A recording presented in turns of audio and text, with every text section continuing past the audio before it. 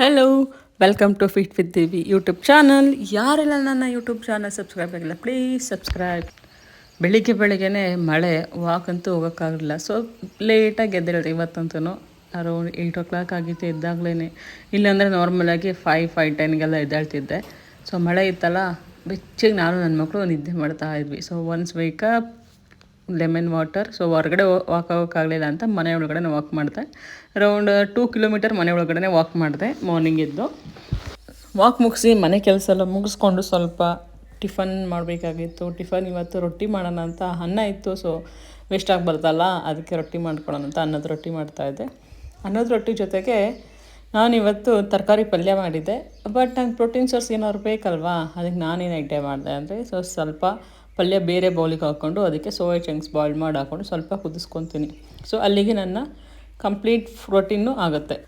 Fibre, protein, carbs, one ಮೀಲಿಗೆ ಯಾವ ಥರ ಈಸಿಯಾಗಿ ಮಾಡ್ಕೋಬೇಕು ಅಂತ ಹೇಳ್ಕೊಟ್ಟಿದ್ದೀನಿ. ನೀವು ಇದೇ ಥರ ಟ್ರೈ ಮಾಡಿ.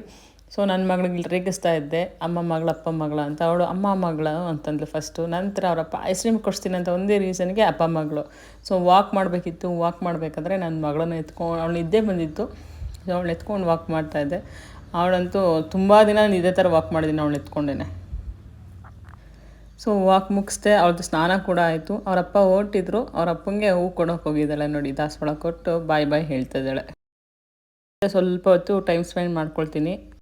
ಸೊ ಆಮೇಲೆ ನನ್ನ ಮಗಳನ್ನ ಅವರಪ್ಪ ಹೋದ್ಮೇಲೆ ಆರಾಮ ನಿದ್ದೆ ಹೊಡಿಸ್ತೀನಿ ಹಾಲು ಕೊಟ್ಟು. ಅವಳು ನಿದ್ದೆ ಹೊಡಿತು ಅಂದರೆ ನನಗೆ ಕೆಲಸ ಸ್ಟಾರ್ಟ್ ಆಗುತ್ತೆ. ಸೊ ಅರೌಂಡ್ 12 ಆಗುತ್ತೆ ಅವಳು ಮಲಗೋ ತನಕ. ಆಗ ನಟ್ಸು ಮತ್ತು ಫ್ರೂಟ್ಸ್ ತೊಗೊಬೇಕಲ್ಲ.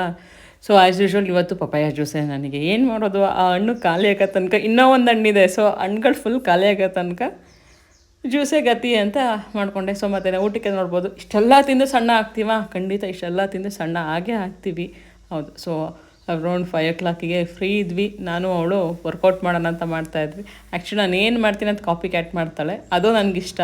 ನೋಡಿ, ನಾನು ಏನು ಮಾಡ್ತೀನಿ ಅದು ಅವಳು ಮಾಡಬೇಕು, ಮಾಡದೆ ಮಾತ್ರ ಇರೋಂಗಿಲ್ಲ. ಸೊ ನಾನೇನಾದ್ರು ವರ್ಕೌಟ್ ಮಾಡ್ತಿರೋವಾಗ ನೆನಪಾಗೋಯ್ತು ಅಂತಂದರೆ ಏನಾದ್ರೂ ಅವಳು ಎಕ್ಸ್ಟ್ರಾ ಮಾಡ್ತಾ ಇರ್ತಾಳೆ, ಪಲ್ಟಿ ಆಗ್ತಾ ಇದ್ದಾಳೆ. ಸೊ ಹೀಗೆ ನಾವಿಬ್ಬರು ವರ್ಕೌಟ್ ಮುಗಿಸಿದ್ವಿ. ವರ್ಕೌಟ್ ಮುಗಿಸಿದ್ಮೇಲೆ ಆ್ಯಸ್ ಯೂಶ್ವಲ್ ಕಾಫಿ ಟೈಮ್ ಆಗಿತ್ತು. ಕಾಫಿ ತೊಗೊಂಡೆ. ಇವತ್ತು ಆ್ಯಕ್ಚುಲಿ ನಾನೇನೊಂದು ಆ್ಯಡ್ ಮಾಡ್ಕೊಂಡಿದ್ದೀನಿ. ಇಷ್ಟು ದಿನ ನಾನು ಶುಗರ್ ಆ್ಯಡ್ ಮಾಡ್ತಾ ಇರಲಿಲ್ಲ, ಜಾಗರಿ ಆ್ಯಡ್ ಮಾಡ್ತಾ ಇರಲಿಲ್ಲ. ಬಟ್ ಇವತ್ತು ಕೊಕೊನಟ್ ಜಾಗರಿ ಆ್ಯಡ್ ಮಾಡಿ ನೋಡೋಣ ಅಂತ ಅದನ್ನು ಬೈ ಮಾಡಿ ಅದನ್ನು ಟೇಸ್ಟ್ ಮಾಡಿದೆ. ಓಕೆ ಫೈನ್, ಏನು ಬೆಲ್ಲ ಥರ ಟೇಸ್ಟ್ ಬರುತ್ತೆ, ಅಷ್ಟೊಂದಿಲ್ಲ. ಸೊ ಈವ್ನಿಂಗ್ ಕಾಫಿ ಜೊತೆ ಬಿಸ್ಕೆಟ್ ತೊಗೊಂಡೆ. ನಂತರ ವರ್ಕಿತ್ತು, ವರ್ಕ್ ಮುಗಿಸ್ಕೊಂಡೆ.